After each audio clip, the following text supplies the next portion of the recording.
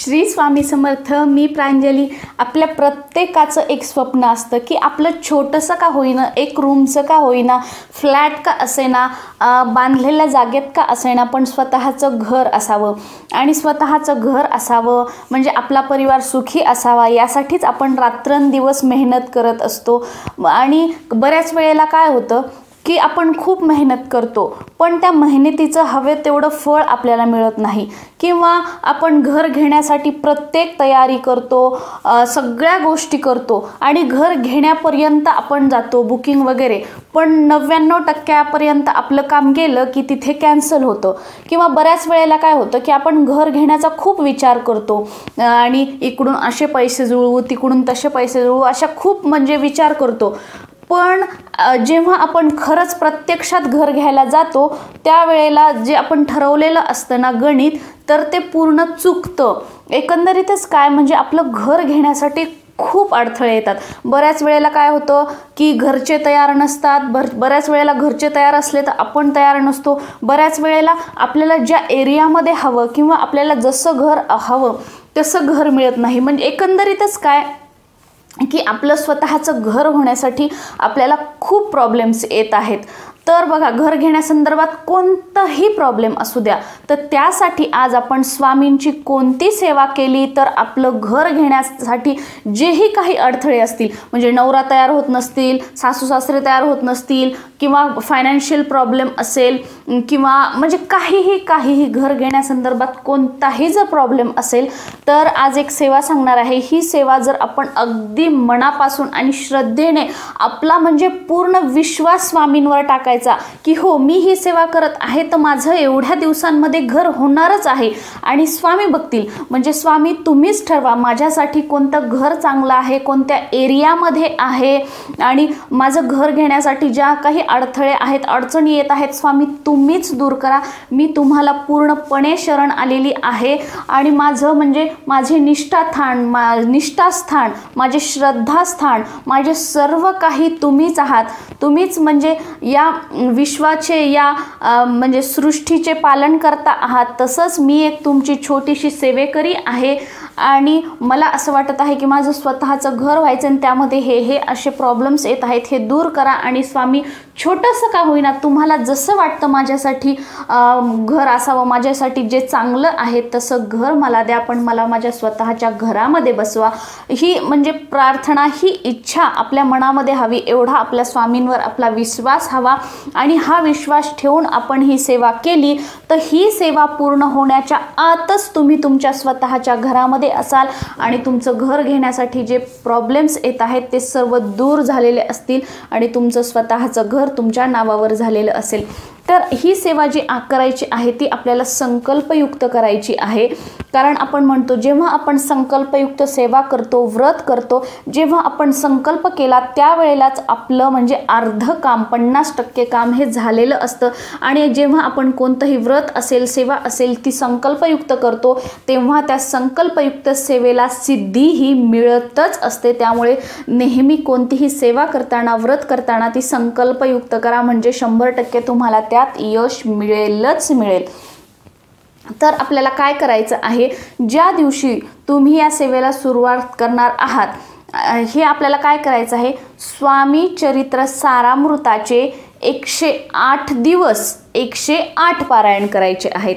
आता बघा, स्वामी चरित्र सारामृताचे पारायण करण्याच्या बऱ्याच पद्धती आहेत, म्हणजे 41 दिवसांमध्ये, 51 दिवसांमध्ये.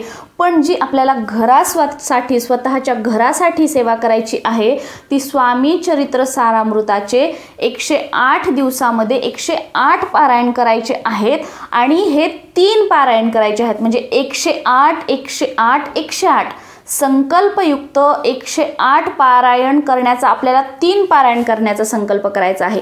म्हणजे माझे जे घर घेण्यासाठी प्रॉब्लेम्स येत आहेत, अडथळे येत आहेत, ते सर्व दूर व्हावेत, यासाठी मी स्वामी चरित्र सारामृताचे 108 पारायण 3 करण्याचा संकल्प करते. असं करायचं आहे. 108 पारायणाचं एक संकल्प, 108 पारायणाचा एक संकल्प, 108 पारायणाचा एक संकल्प, असं आपल्याला 3 पारायण करायचे आहेत.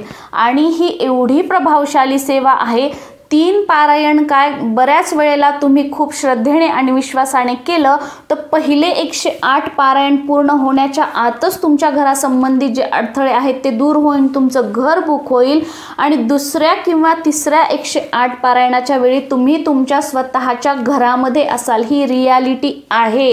कोणतंही प्रॉब्लेम असू द्या, ते म्हणजे सगळे प्रॉब्लेम सॉल्व्ह होतील आणि तुमचं घराचं स्वप्न पूर्ण होणारच आहे।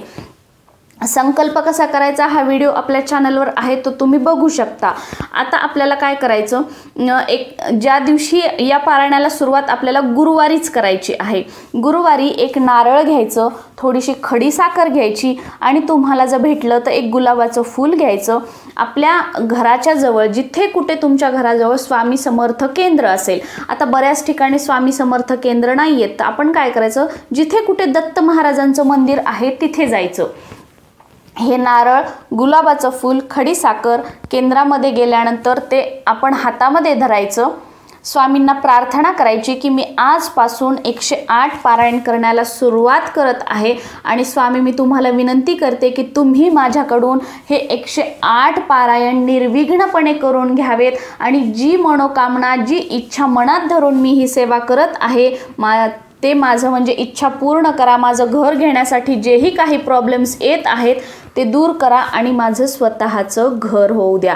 जे तुम्हाला वाटतं, जे तुम्हाला वाटतं, अगदी मनापासून वाटतं ते सगळं स्वामींना बोलायचं आणि ते नारळ तिथे अर्पण करायचं आणि त्या दिवशी मग घरी यायचं। संकल्प घरी पण संकल्प कसा करायचा, हातामध्ये पाणी अक्षदा, तो व्हिडिओ आहे, तसा संकल्प करायचा आणि या पूजेसाठी मांडणी करण्याची गरज नाही आहे। फक्त रेग्युलर रोज देवपूजा करत जा आणि देवपूजा झाल्यानंतर ही सेवा करायची आहे। किंवा तुम्ही जर वर्किंग असाल किंवा तुमच्या घरामध्ये लहान मुलं आहेत, तुम्हाला सकाळी देवपूजा झाल्यानंतर ही सेवा करणं शक्य नाही, तर तुम्ही दिवसभरामध्ये किंवा रात्री कधीही ही सेवा करू शकता।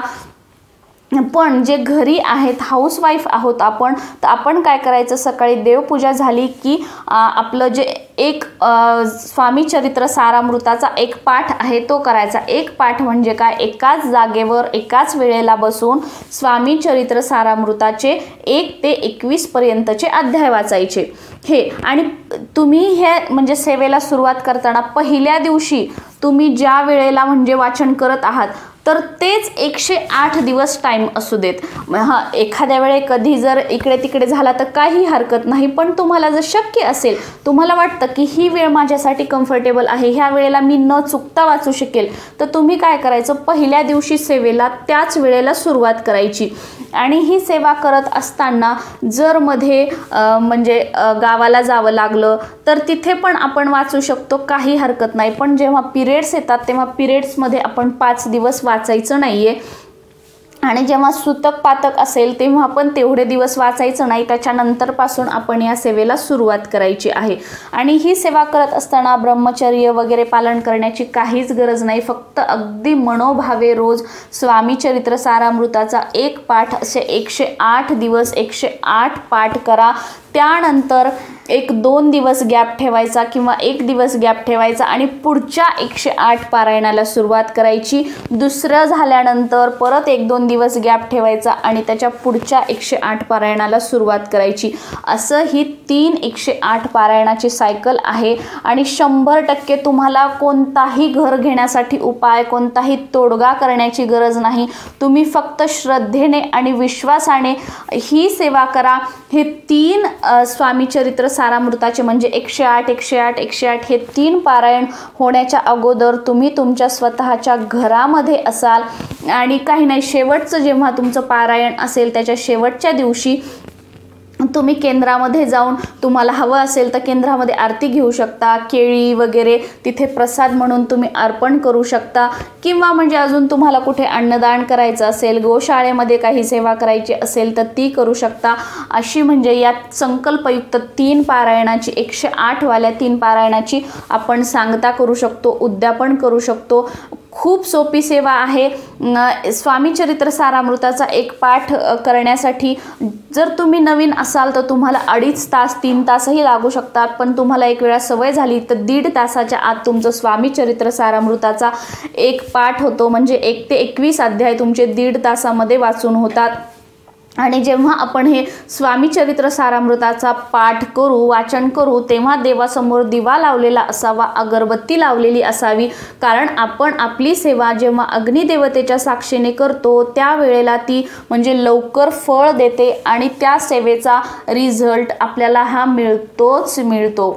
आणि ही सेवा सुरू असताना जेव्हा केव्हा तुम्हाला स्वामी केंद्रामध्ये किंवा दत्त महाराजांच्या मंदिरामध्ये जाण्यासाठी वेळ मिळेल तेव्हा नक्कीच जा आणि तेव्हा पण स्वामींना प्रार्थना करत जा की जेही काही अडथळे येतात. आणि ना हे करत असताना असं नाही की तुम्हाला अडथळे येणार नाही, अडचणी येणार नाही, त्या येतील, पण तेव्हा मनामध्ये ही श्रद्धा ठेवा की मी ही सेवा करत आहे आणि माझ्या या सेवेमुळे कितीही अडचणी आल्या, कितीही अडथळे आले तर ते दूर होतील स्वामी कृपेने आणि माझं स्वतःचं घर हे होणारच आहे. कोणी कितीही काही केलं तरी माझ्या स्वामींवर विश्वास आहे, माझं स्वतःचं घर होणारच आहे. हा विश्वास मनामध्ये ठेवा आणि रोज पाठ झाल्यानंतर किमान साखरेचा का होईना नैवेद्य दाखवा.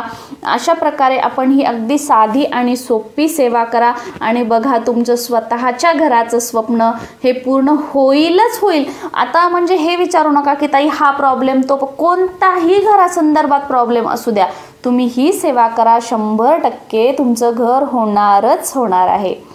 श्री स्वामी समर्थ.